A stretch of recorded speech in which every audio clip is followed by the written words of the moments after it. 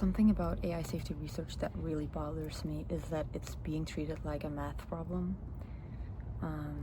The risk is defined, the risk is formalized, the proof is written, we test the solution, etc. And we build on those iterations.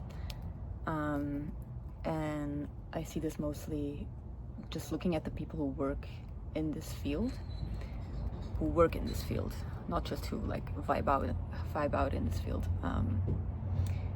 They're rationalists, they're effective altruists, they're engineers, which is very good. They're very logical thinkers. It's not a bad thing. It's very necessary, but it kind of has been pissing me off because that's as well the only thinking that ever really gets taken seriously.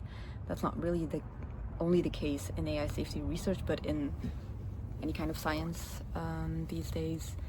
You notice that when problems are tackled in a more spiritual or a more emotional way, that kind of thinking doesn't really get taken seriously, while rational thinking, logical thinking, male thinking does get taken seriously, and this has been historically been the case.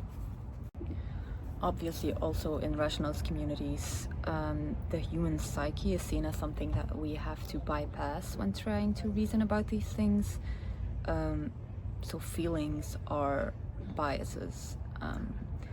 So that basically leads to an entire research field that is trying to align a machine with humanity while filtering out what makes people human. We are not just logical beings. And that in itself is a very Western way of thinking. I've noticed that when reading a bit more about Eastern philosophies and ways of thinking, this is way less the case. They don't really separate reason from feeling. For instance, in Chinese philosophy, there's this concept called Ganying, which is understanding something through feeling it, which means cognitively understanding a concept through feeling it in your body. It's kind of like a resonance, but that kind of thinking is just not in the room right now.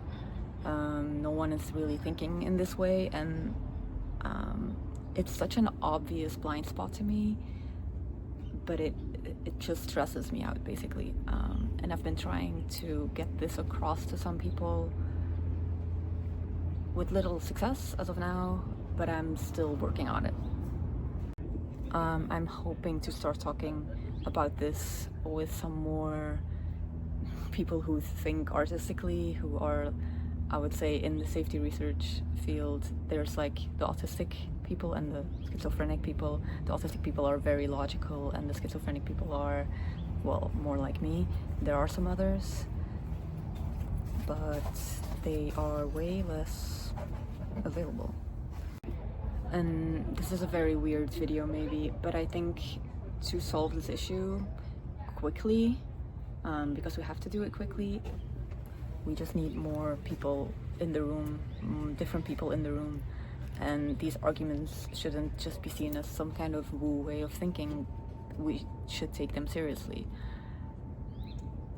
It's kind of hurting a lot of us to see that they're not being taken seriously, and all we really want to do is help. All I really want to do is help. So yeah, I just want to get into that room and be taken seriously. If anyone sees this who resonates, please message me. And also, if you're interested in other people that think like this, there's another fellow at Please Don't Kill Us, Emily. I'll link her. She's one of my faves. I haven't talked to her too much about this, but I feel like she's on the same wave. So, bye.